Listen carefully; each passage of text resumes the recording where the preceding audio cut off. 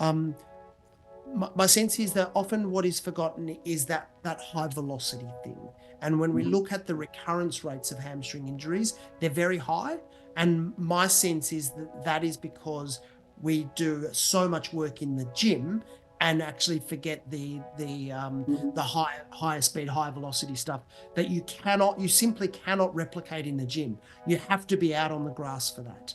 Jesus, and I like the way you framed it, is because there is two things to consider. One is the injured tissue, and then the second bit is not just the other aspects of the player, the other side, the calf, the back, all those sorts of things. But there's also the mentality of the player. So I think that there's a number of things that we need to look at here. And then, before we're getting them back to play, and Bart raised this as well, I like to see them get to 120% of what we can reasonably expect them to perform in a match. So I want to be able to see them do that. But I'm also interested in over what time they do that. Does the player do short sprints, or are they a left back that needs to sprint 50, 60 meters up the wing? So I want to be able to look at the demands that they face and try and replicate them in training. And when we put the crucial things is range of motion first, perceiving of the pain. If there is, of course, because we are very lucky in Legia Warsaw, because we got a head doctor with us daily. So we can make daily ultrasound, because we got also ultrasound in the club. So we can make daily ultrasound. Also, we checking how big is the bruise. Sometimes the bruise also give us, how the tissue is remodeling. And we also pay attention for that. Welcome to FSI Talks, where football experts from around the world share practical and updated knowledge with the FSI community. So welcome everybody to FSI, where the best experts in the world come together to talk about football. My name is Jesús Olmo. I am one of the co-founders of the Football Science Institute, and I am the hoster of this talk. Today, we are going to talk about one medical topic or one injury topic. And we are going to, for this first episode talk, that is dedicated to medical matters, we have chosen the most frequent injury in football, which is high hamstring muscle injury, as many of you already know. So the name of this talk is Hamstring Injury in Football, Toolbox to Reconditioning. So we're going to have a good review of the reconditioning process of the hamstring injury. It is something very interesting, very tricky, and not always successful, unfortunately. For this talk, we have two top experts coming from the FSI faculty. First one is very well known around the world, David Joyce, founder, director of Synapsing Sports Strategy, working in high level sports for many years now in the Australian Football League. And hello, David from Sydney. How are you? Hola, Jesus. Hola. I'm really good. Thank you. And it's great to be involved in this and to speak about, what is a very, very big issue in football. So I'm delighted to be asked to contribute. So very good Australian input. Australians are in Australia. You have I think would be probably one of the best knowledge and expertise in this injury. And coming from Europe, not from Warsaw, and the head of performance of Legia Warsaw. I don't know if I speak well, Varsovia in Spanish. We have Bartosz Bibrowicz, a good friend, and also very experienced in working in high-level football. I said now in Legia Warsaw, directing the performance department. Hello, Art. How are you? Hello. Nice to hear you, and I really enjoy that I can join this talk. I'm very happy that Football Science Institute it will invite the top experts. David, we know for many years, but I'm very happy to share my knowledge and best practice that we are using in Poland to help with reconditioning or back from the hamstring injuries. So it will be very good time together. Perfect. Let's go into the key points of this talk, and I would start just asking you. Let's start by the beginning. There is a player that suffers a hamstring injury. What is the first thing you do? What are the things that you check? You have a player, hamstring injury. What are the first points that you want to check in order to plan the rehabilitation phase? David? Well, I guess if we're on pitch side, what we want to do is work out whether it is a genuine hamstring injury and they cannot continue, or whether the player can continue. But if we assume that it is a genuine hamstring injury and they cannot continue, what we're really interested in is the site of the injury. We're really interested in, is it medial or lateral, whether we think it's semimembranosus, semitendinosus, biceps femoris, which is 80% of the work of the injuries. We're interested in understanding whether the tendon is involved. We're interested in understanding what the strength deficit is and the amount of pain. And one of the key things, as you know, Jesus, is how quickly someone can walk properly again. That gives us a very nice indication of how severe the problem is and how long it is likely for them to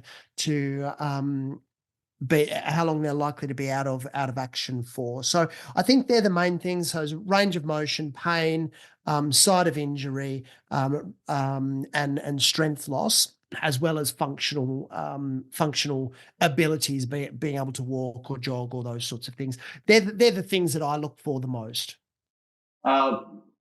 Yeah, I completely agree. But what do you think about?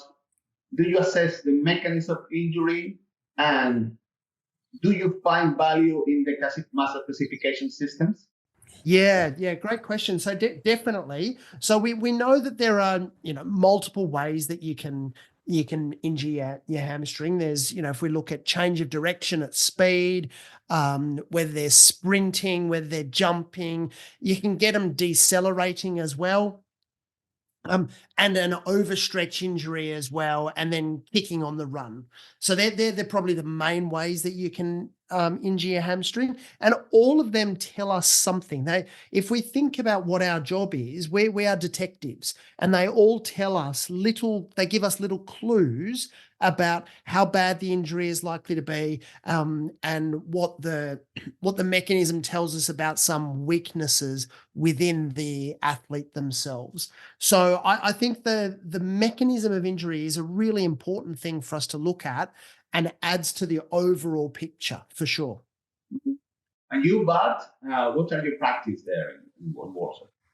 So being on the field with the players, we got a couple very clear protocols about checking the hamstring injury on the pitch side. So our physios and doctors always checking first of all the pain, range of motion, and the contraction that player is able to play and able to continue the match.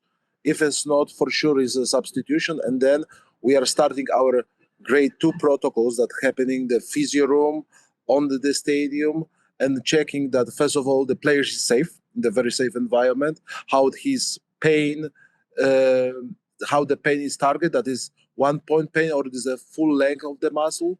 Of course, as David said, the checking the side, exactly checking which muscle is not contracting if it's anything happen like that, and then just protect the player and start the all diagnostic further after the game. So we had a very similar action like last game when our player get injured, and when we talk about the mechanism of injury, it's tell us a lot, because we can really well assess what happened with the players on the pitch and how this situation or this injury will affect his also rehabilitation process. So what is very important for us, the mechanism of injury that happened in the contact or non-contact, it happen in the high-speed action or a change of direction, and then this will give us the directions, first of all, for assessment, then second, how to diagnose, because we got very standardized protocols, and after the, let's say, pure diagnosis, we know what and how to set up the recovery plan for this player and how long it will take to come back. Is give us the guidelines or give us the map how we can target the right things with the players on the table, on the gym, and then later on the pitch. Talking about the recovery plan, how do you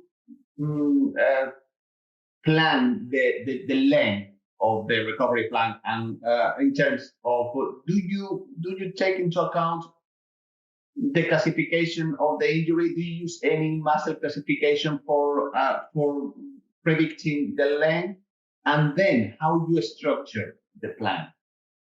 Yeah. So the way I do it, Jesus, is, so I know there's the Munich consensus from 2012. I actually prefer the UK athletics statement and classification system from 2014. And what that does tell us a lot is whether there is a structural or a functional injury. Sometimes you can get a functional injury that's not going to show on an MRI.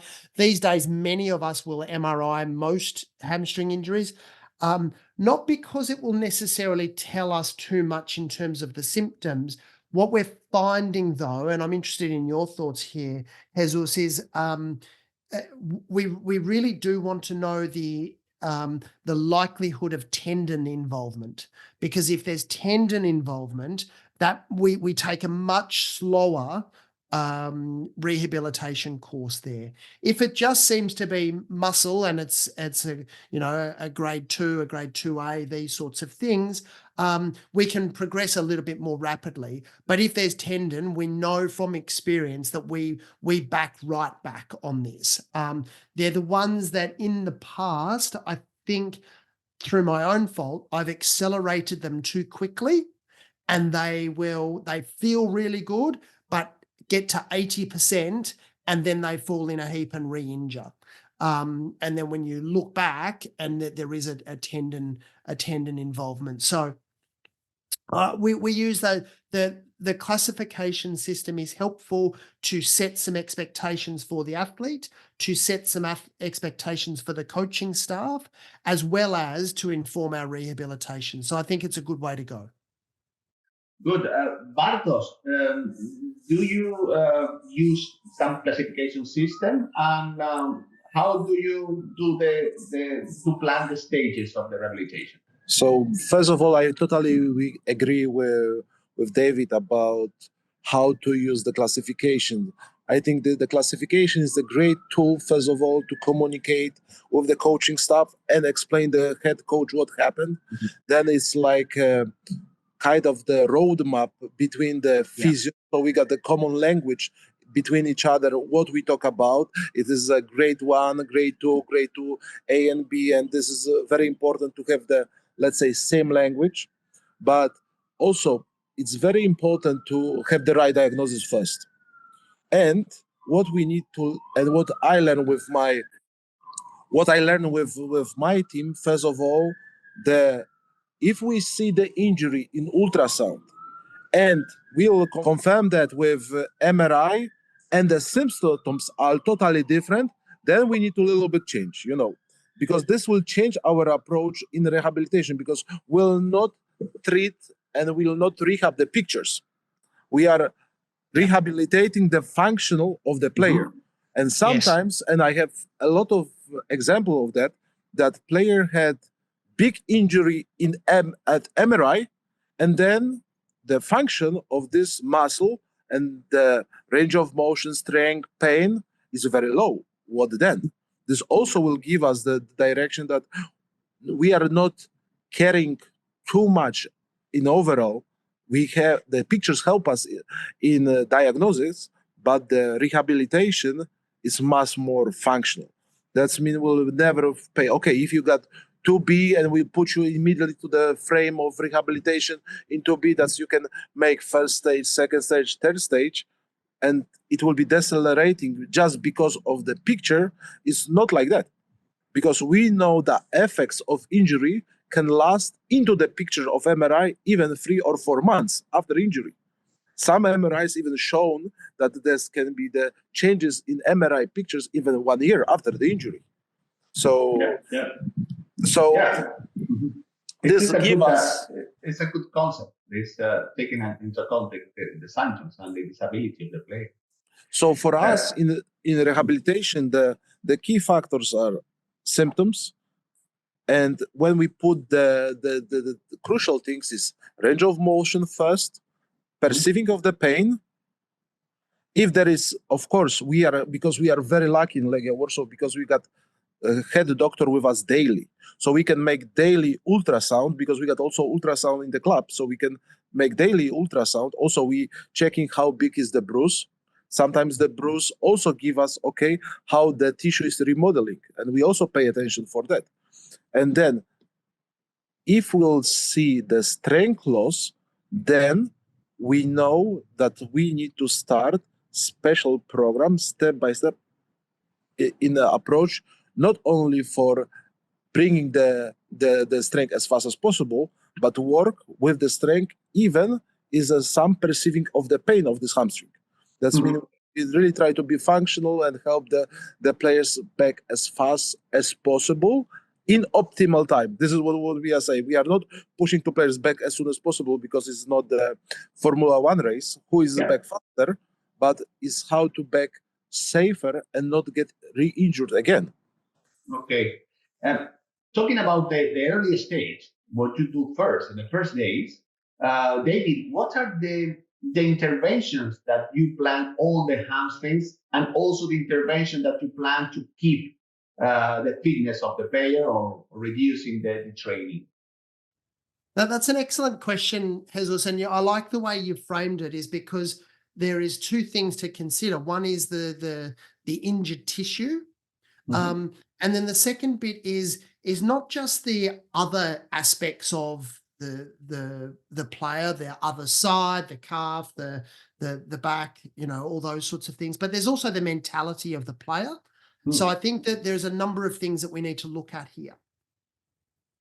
So if we're looking specifically early stage for the injured site, again, a bit of it depends on whether we're looking at the musculotendinous junction, whether we are looking at the if there is a tendon involvement, these sorts of things.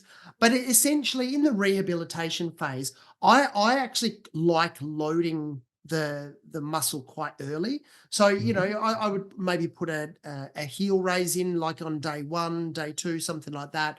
But I really like people being able to move that muscle as much as they can using pain as a guide, so we know that it's being overworked. So examples that I like to get people doing are some lunging, some bridging, some running laterally. Like that doesn't really involve the hamstrings, but is still refreshing the brain, making sure that we're not losing too much. As well as starting to get some running mechanics, which are low load. So A-B marches, some wall drills, these sorts of things that are like running but low load. And you can even get people, I do quite a lot of work in the pool on this. I think that's a really excellent environment to do those sorts of things. And it means that you're starting to ensure that the muscle is working and the linkages from the central nervous system to that peripheral tissue is maintained. So that's around the very early stages for the hamstring muscle. But then I think your question was really good in that that is just one part of the athlete. we have got another entire leg to work on. We've got quads, we've got hamstrings, we've got adductors, we've got all these other things that we do need to be working on. We've got cardiovascular fitness. I've lost count the number of times I've seen an athlete who does nothing because their hamstring is injured, and then they come back and then they are unfit. So I think what it does do is gives us a great opportunity to look at the other aspects that maybe that the athlete is not working on as much. And then that's not to mention the ball skills that we can get them doing, the video analysis, the working with the coaches. The best way to approach this, and I know that you're like this, Bart, as well, is looking at where the opportunities are. It gives us time to work on the areas that we don't often have those opportunities. So I think there's all sorts of ways we can do it. The way I look at it, Jesus, is going through 4 main stages: rehabilitation, strength, speed, strength, and then max velocity.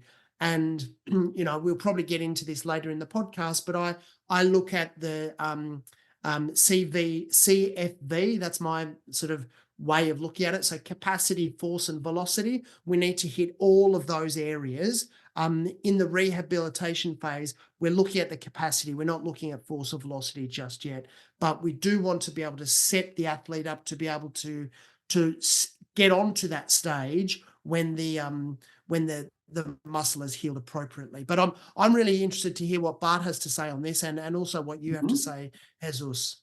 So Bart, what do you feel about this? What are your interventions in the earlier stage? In general, I would like to know, what is your approach to strength? You have been talking about working strength progressively. What is the loading that the progression of loading, and what exercises do you use for this progression? So first of all, if we talk about the early stages of rehabilitation, what we have in Legia is like a care protocol.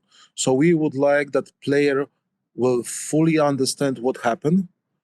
We're giving him fully support so he can accept the situation that he is now. Then what we are doing, we try to bring kind of trauma homeostasis. So after the injury, we know there is a lot of trauma inside, first of all, tissues, then also the brain of the players, his mental side. So we try to calm down the whole nervous system. So we call this like a trauma homeostasis. How are we achieving that? We are first achieving this through certain amount of interventions. First, good diagnosis, conversation about the plan, then adding the different modalities that also bringing the homeostasis from approaches of osteopath. But it's all about total body osteopath that we are checking. We are working on the nervous system, and also nervous system kind of to bring the nervous system down from trauma. A lot of work with psychology and nutritionists on the beginning, just to involve as many multidisciplinary or interdisciplinary team to support the players. So we try to create a circle around the player that, first of all, you are not alone. You have the experts around you, and will make it. Then, second concept that coming from our side is work around the injury. And this is very similar to what David said, because we got a lot of parts of the body that we can work on. On the pre-season, we are always making our player map, and about the graduation of the things that we can improve in the matters of time. And this we take this out and say, hey, okay, we are injured, but you can still work, for example, strength, core, quads, and then go deeper and deeper with your abilities. And what my team is doing, we are taking any player injury as an opportunity to make the stronger machine. So we want to bring him stronger after the injury. Mm-hmm. And then with this early stage, of course, we got a lot of modalities that you can use from the physiotherapy side. Yes, that's mean if you want to have better vasodilation or vascularization around the injury, they have tissue massage around the injury. So you want to unlock the feet, unlock the calf, unlock, for example, quad, and make some tissue therapy around the glutes. Then, of course, you can use, and then some people will say, okay, using ice and when, And then is also the stages when it's good to use kind of cooling. And then when we talk about the local cooling or full body cooling, that is very important for injury. And then bringing the movement back. So loading the tissue in different aspects. First of all, loading the tissue in the positions that are not painful. And I fully agree with David that the loading and building the first early stage capacity is very important. And what we are very lucky in, that we got own pool in our facility. As soon as possible, we can put our player into the pool is our big success, because in the pool there is exercise, there is the movements that you can make pain-free, and also helping to keep the range of motion and creating the environment with unloaded, full body movement. Then, if we'll talk about exercises, as soon as possible, player have tolerance to starting with low contractive isometrics. So we want to increase first loading from the isometrics, and then even pain-free full movement is very important for us. But this can happen very differently based of injury, and also what is very important from the player availability and the pain tolerance, because we had the players that can start walking pain-free after 2-3 days after the injury, and we had also the players that 7 days they don't even barely bend the knee. And this is very individual concept that we as a performance staff to bring to help player to understand and bring them back the movement as soon as possible, but also coming with this individual characteristics of the players when he can make it. Because as we know, we have the players that are warriors, they can even play without the leg, and we got the players that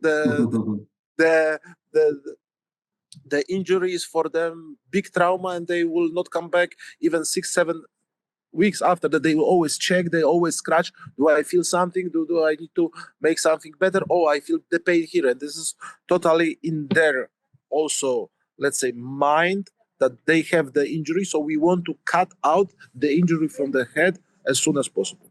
Mm-hmm. Psychological yes. aspect is very important.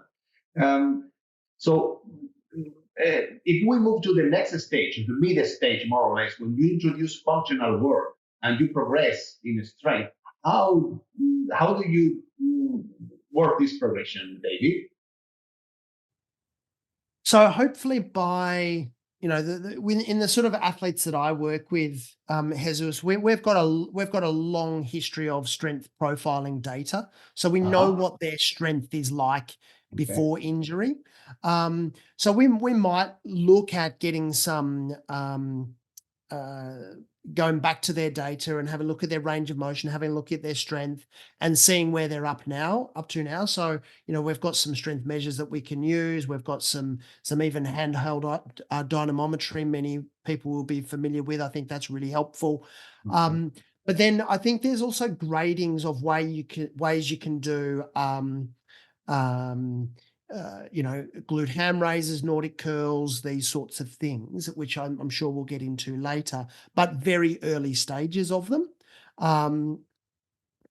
We can do them assisted, level 1, level 2, level 3. Nordic curls, I think, is really helpful. But as we're starting to progress the loading, if we can do that slowly and with force and building the capacity, then what we should hopefully be able to see is that we can do these sorts of things more quickly. And that's really important as we build the velocity side of things. My sense is that what is often forgotten, and I'm sure we're going to get into sprinting in a little bit, my sense is that often what is forgotten is that high velocity thing. And when we look at the recurrence rates of hamstring injuries, they're very high. And my sense is that is because we do so much work in the gym and actually forget the higher speed, high velocity stuff that you simply cannot replicate in the gym. You have to be out on the grass for that. So that's the way we approach it, and we're always looking to progress the loading but knowing that, this is repairing tissue and it needs time to recover. And Bart mentioned something really early, which I didn't mention, but he's absolutely right, is the importance of nutritional support here. And making sure that we've got good nutrition on board, good hydration, these sorts of things that help support the healing process. So I think that's a really important point that I should have brought up earlier, and I'm glad that Bart did. Okay, but in this mid stage, I say mid stage before going to return to play at maximum full would be the latest stage, when the stage is recovering the normal speed and intensity in the movements, in sports movements. But to prepare the body in this mid stage, to prepare the athlete for this later stage, what kind of interventions do you perform on the player? You like David, I understand that you introduce more and more strengthening, but also you introduce, as David has explained very well, some functional activities, mostly related with sprinting, what is one of the main mechanisms of injury. Other main probably is tackling or stretching type injuries. So in this mid stage, before going to the high speed or high intensity, what kind of interventions do you follow what David has explained? Do you do other things? So at this stage, okay, when we will come back from the early stage, when we have full range of motion, starting the first parts of the strength back, what is very important, what we are doing with our physios, we are come back to the injury from the video or from the camera, tactical camera, from the camera from TV, how exactly the injury happened. This is also helping us to understand the mechanism of injury, because if we talk about the hamstrings, this can happen during the fast acceleration or rapid acceleration, or for example, deceleration before stopping or cutting. And this also giving us the profile of that it happened in contact or not contact. It happened the high velocity or high velocity deceleration or acceleration, or maybe it was like many factors that happened. That player was running towards another players, was hit or tackled by shoulder to shoulder, and then he need rapidly decelerate. This also give you the information what was the mechanism of injury from the strength side. And now when we start building the program, it's everything happening as fast as possible, even on the table. And this is what I mentioned before, it was like an isometric part. Then if we can bring the player to the pool, is for us the information, okay, let's start also bringing the first exercise at the gym. And at the gym, you need to be very specific to target, first of all, the load and vector from the muscle. So we are starting even in the gym on the stages, even very light leg curls, the stages of the Nordics we are introducing a little bit later on, then adding the types and the variation and sometimes even alternatives of the deadlift. That is very important from the player. But we can't forget when something happened. And I fully agree that as soon as possible, we can stress the tissue with after the building the capacity with the velocity is the best thing that we can give to the athlete. And in this moment, it's very important experience of the physiotherapy and performance team to profile the athletes. That means we are taking into consideration the position that player is playing. What are his demands, what he's doing at the pitch on his position, what is demands in general, what his game, let's say game numbers. That means if we got central defender, we know that if we talk about the high speed run, it's the number from 400 to 600 meters in the high intensity actions, or comparing high speed and also the sprint. So we know where we need to bring back to this player based on his injury with the days. So we want to build this resistance, even with a little bit more that he was doing before he got injured. Okay. So we are in this period that we are building a strength in the athlete, building some functional abilities, some running, maybe some movements at controlled speed. David, which are the criteria to progress to the full speed or late stage? What are the criteria to start progressing to return to play at high intensity, and how do you control this progression? Great question. So by the time we're getting to this phase, I want to see that they have regained pretty much all of their strength. There's no pain. There's no loss of range of motion. I really like the Askling test. And I'm not sure if you use that, but where you brace the knee and you're looking at how quickly and how far a straight leg can be raised. I think that's really helpful. What about the Nordic hamstrings testing? Do you use it? It's just very popular. We do. Some people think that it's the one sign that tells you everything. I don't believe that. I think it is just part of the whole battery of tests that you do, and it's a good test of high level force production. And it's particularly helpful if someone can do it beforehand, if you've got measures on how well they can do this before injury, and try and return them to that. So I think it's useful, but I don't think that I'm quite the evangelist that some people are. But I think the other thing to know is that we want to see that the player has earned the right, that they have earned the right to be able to run fast, that they have built up, that you're not going from walking to sprinting, that they have progressed through levels of high speed running before they're getting to sprinting, that they can change directions before they can get to sprinting. And Bart brings up a really interesting point, is that a lot of it does depend on the mechanism of injury, because if it was an overstretch injury, we might be able to get them running faster before we get them, fully stretching.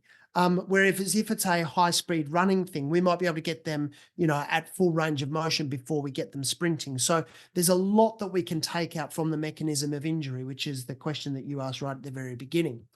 And then, before we're getting them back to play, and Bart raised this as well, I like to see them get to 120% of what we can reasonably expect them to require to perform in a match.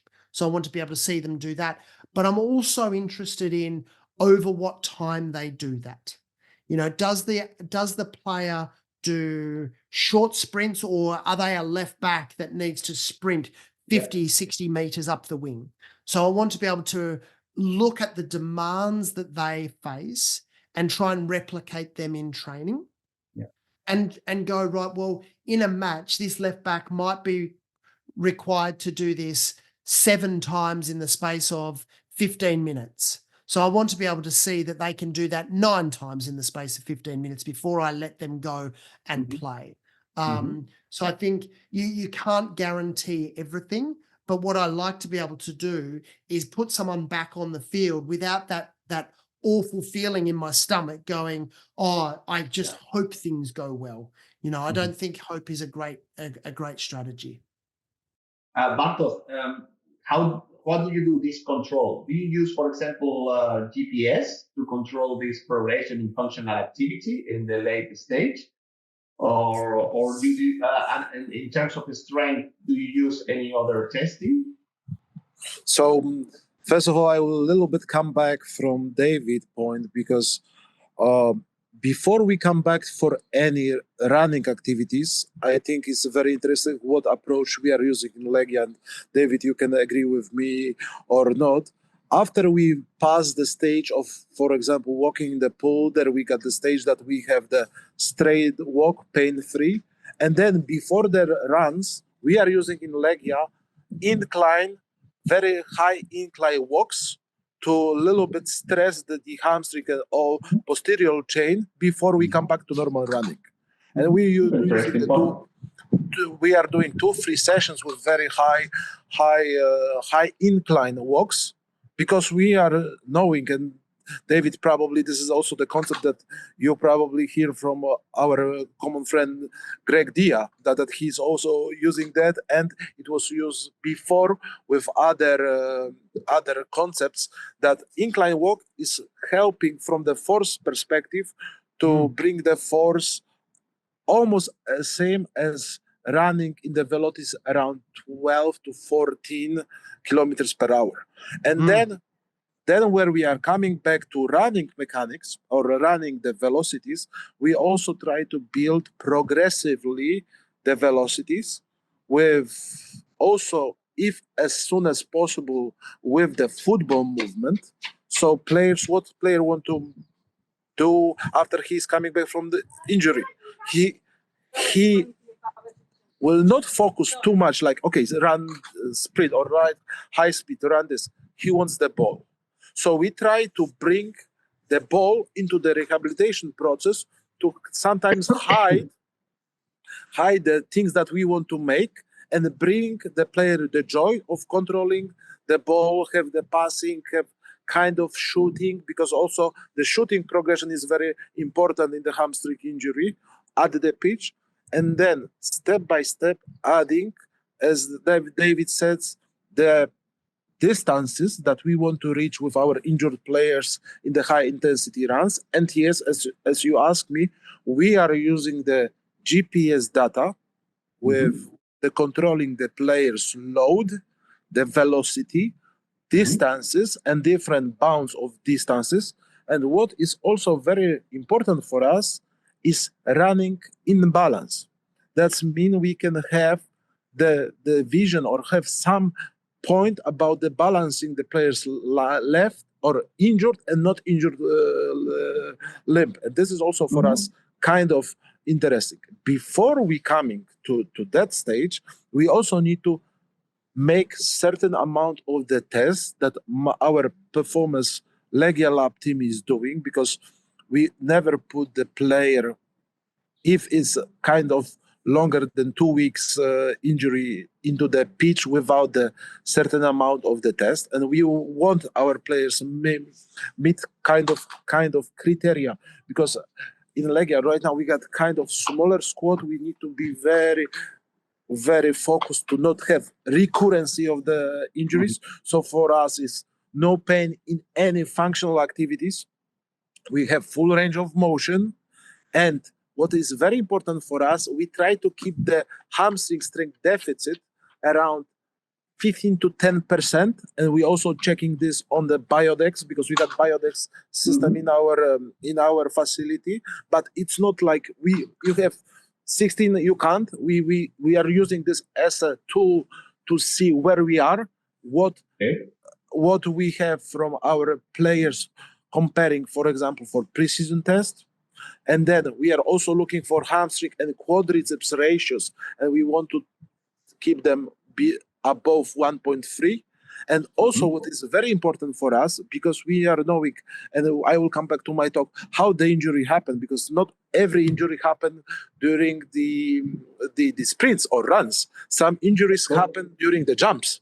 And we also try to check the quality of the jumps, expose the players for different kind of the jumps, and also what we can see, we are checking the RSI or reactive strength index to be also below 15% between the limbs, to have kind of frame that our players is ready in objective way to come back safety to the pitch. Of course, and this is very important, not every club has the GPS system.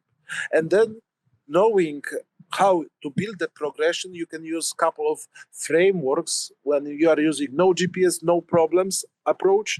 So you know how to build the intensity movements with percentages of the maximal work that players should do in the matters of time before he is backing fully to the team. Okay, David, how about you? We know that there are different mechanisms of injuries. Maybe we know that we have the sprinting with maybe 30 something percent, overstretching maybe 40 something percent, involving tackling and not all overconnected chain or cross-connected chain, and others maybe 10%. So there are different mechanisms of injury. But focusing first, I would like to focus first in sprinting. Okay, in sprinting.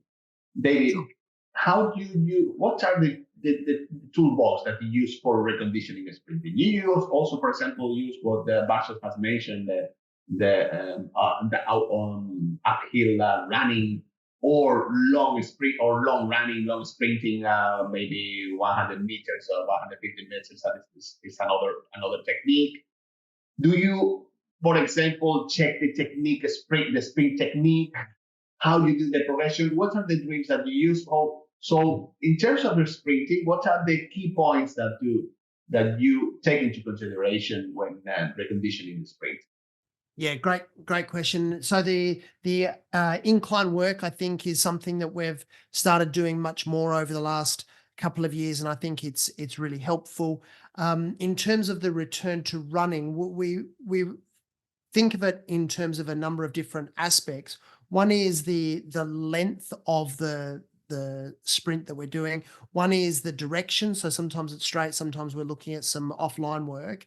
I think the other thing to think about here, Jesus, is the length of the acceleration period, the length of the hold, and then the length of the deceleration. So we will start with a longer acceleration, then a hold, and then a longer deceleration. Then, as someone's getting better, we will do a much quicker and shorter acceleration to higher speed, hold, and then a much shorter deceleration speed distance. And then we're starting to look at cutting. So not just straight, but just, angling left, angling right, doing that. So we'll start off by doing that, Jesus, by telling them, when you get to the green cone, then you go left. When you get to the blue cone, then you go right. But then what we want to do is see how well they can react. So we'll get them to run towards me, and then I will point which way they've got to go. So suddenly they've got to react. So that's involving more decision making. So it's the difference between change of direction and agility. So I think that's really important. And then the other thing that we take a special notice of is the level of fatigue. So it's one thing to get someone to be able to sprint when it's first thing in the morning and they're feeling great and all those sorts of things. But eventually, when we're getting closer towards the return to play, return to competition, we do want to be able to see that they can sprint under these demands when they are fatigued. So I think sometimes the mistake that we can make is look for an easy way for a player to pass a test, but actually the better way to do it is the opposite, which is how do we try and make this player fail? And only once they have not been, only after we cannot make them fail, we've thrown everything at them, they're tired, they've done all these things, and then they still pass, that's when we're comfortable to let them play. And perfect, David. So we have a sprinting. We have defined very well all the factors that to be taken into account. How about the rest of the mechanisms? You have been Bartos. You have been talking about this, the rest of the actions. How do you progress in this kind of action? Agility, tackling, kicking, all the kind of actions in football that can overstretch the hamstrings. So thank you for this question. We are looking for our player very holistic way, and if we want to bring back the progression, for example, for jumps, we are starting, of course, at the gym with a couple of days with double leg, then coming to the single leg, jumps, hops, bounce, to bring the player more confident at the gym with this type of action. And then as soon as we are at the pitch, we are adding to our sessions different movements. And we know exactly that in football, you don't have like typical single leg jumps. You have maybe the goal period, but you have kind of coming above. So it's like a bounding movement. So we are also adding the progression, and also with our players, we are using, for example, the drill that we call bound and sprint. That's mean from different lateral bounds, players accelerate to the cone. And it's also very important to be very specific with the players and distances or numbers, comparing what he was doing before injury in the game. So in consideration, we sometimes taking even 4 to 6 games before injury, taking into the account what he did in these games. But as a coaches, we know that every game is different. Every game is different tactical demands also. Yeah. And if we are taking the tactical demands aside, just focusing on the physical demands, we are taking the average numbers of action that this player is making, bringing this average number to create the progression plan that is not more than 25-30% progression during the length of this period, and starting. Also, in our rehabilitation process, we don't want to have the player only like alone players at the session. There is the sessions that we are bringing other players to stimulate our players with different actions, different activities, not only from the physical point, but also from the tactical point. As I said, I want to bring the football as soon as possible to rehabilitation process. First, the goal is joy. Then second is to creating this environment that is perfect for the player, and bringing the ball into the rehabilitation is crucial to have successful high rate. And okay, totally agree. We are on the final part of this journey, the hamstring injury rehabilitation journey, and now it is the most important moment, return to play. And we know that if we have a big problem in hamstring injuries is the rate of re-injury. So, final question for you, Bob. Which are your checklists before clearing a player for returning to play? What are the things that you look at in order to be reasonably confident that the player is not going to re-injure again? So I look for normal muscle tone, so that the muscle itself feels the same as the other side. I think that's really important. We can tell a lot by whether a muscle is guarding an injured part.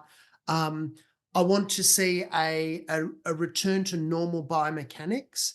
So and particularly the heel carry, how well the heel is coming through when you're running. I want to see that the player has got to 120% of their high speed and sprinting differences. And that's in acute load, like, in a session, but also over the course of a week, and being able to do that over a concentrated period of time. I want to see that they're within 10% of their maximum speed on 3 efforts over 2 occasions. So that's really important. They need to be what I would call athletically normal, in full training, not holding back, they're doing everything, and that the coaches are happy for them to be thrown into any drill. They're shooting, they're jumping, they're doing all the things that we would expect an athletically normal player to be able to do. I want to see that they've returned to at least their baseline strength, whether that's Nordics, glute ham raises, isometrics. And critically here, I want to see that they can do this before training as well as after, because sometimes what you can find is that they will look normal before training, but then their strength profile drops off markedly when they're fatigued. And that is not okay. We want to see that they're being able to maintain their strength even when they're tired. I want to see that their Askling test is negative and they've got full range of motion. And I think the other really important thing is that particularly for someone that has repeated hamstring injuries, I want to know that they feel comfortable and confident. Sometimes they can do all these sorts of things, but when you speak to them, they don't feel confident to go back to play. And that is not okay either. We need them to feel that they are ready to go and that they are wanting to go, not just from a physiological and biomechanical perspective, but also from a psychological perspective. Okay, Bart, what about you? What you doing later? So I fully agree with the points that David mentioned. And the first point to return to play is the confidence of the player that he is ready. Because we know many times that tissue is not fully healed. Even we don't sometimes have full baseline strength back, but players is ready to play. And I saw many examples that player, even at the ultrasound, is not healed yet, but he can make all the actions and not have recurrent of the injury. But what is very important for me and I will probably repeat what David said, is biomechanics, how the player is, how player moves, that the movements and limbs movement are efficient, how player sustain the normal training session with the teams. And in Legia, we have also the protocols that player that coming from the injury, coming back to the team training session, and then even the training session has certain amount of the objectives. We have individual objectives for this player for this day. That's mean sometimes if we got normal football training and they not meeting the physical demands that we need for this player, we work on his individual profile aside. And this is also giving us the information that we are not putting the player into the team bucket and he will survive. No, we try to very specific with his objectives for next 2 weeks after he's coming back for full team training and match, that we are really know what he is doing. And then if we got back to the strength baseline, we continue our strength training program. But one of the most important things that we saw with our physios and doctors is to keep the tissue and scar quality.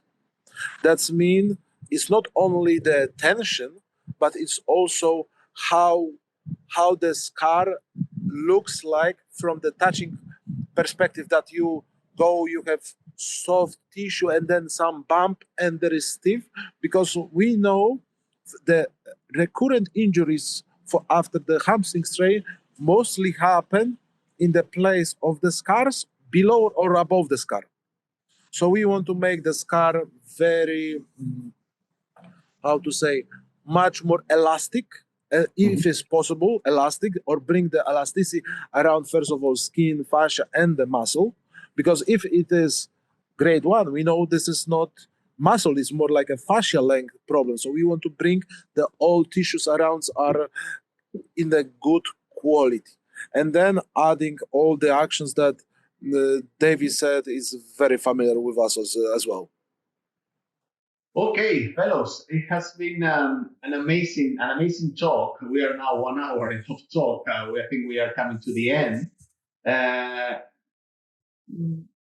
Very, very interesting.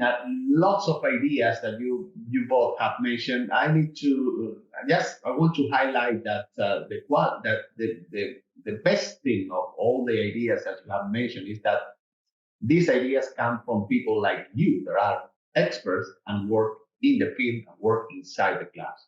There is something that you cannot learn in the scientific literature or in medical environments, because the real world is the world that you are into. The football teams, inside the football teams, what you actually do with the players. So it has, and for me, invaluable talk today. And so, yes, final thing is tell you both thank you very much. Thank you very much, David. Thank you that you have been with us. It has been an honor for us to be with us. And, exercise molding of activity. So So we hope to have you in many other things that we are doing, our conferences and talks and everything. So David, thank you very much. Jesus, it's been a great pleasure, and you and I have known each other now for many years. You saw my daughter when she was like 3 months old or something. She's now at school. I'm so proud to be part of FSI and seeing the amazing work that's being put out and the interns that we get, the level of education is fantastic. It's a real privilege, and I'm very grateful for the opportunity. Thank you. Thank you much to you, my friend, and I hope to see you when you come to Europe. I hope that you come to Europe. And I'm based now more in UK, so we will meet. So Bartosz, thank you very much to you too. Also good friend of FSI, participating in our conferences, our talks, and for us it's a big pleasure and big honor to have you here. Thank you very much, Bartosz. Jesus, thank you. Thank you for the whole FSI team for this invitation. I'm really feel honored and I very feel that it was great opportunity also to see David again. And as you mentioned, you're inviting David to Europe. David, when you are in Europe, you are also invited to us as a big FSI family, and I really would like that you will visit us in the Warsaw, in our Warsaw Stadium, and also watch our game. And it's a great time, and when we can, as experts, and I think the practitioners is for me much better word, can share our ideas, we can share our experience, also we can share the mistakes that we made in our career that can be very helpful to others to grow. We are very happy with having the FSI interns in Legia, and we'll continue our collaboration to grow and sharing the education around the world from FSI. And thank you for today. Okay, thank you very much to all. See you soon in FSI. We will hope to have this. We are doing this FSI talks. I hope that everybody has enjoyed. Thank you very much for and a great talk and greetings for the FSI. Bye bye. FSI Talks, where football experts from around the world share practical and updated knowledge with the FSI community.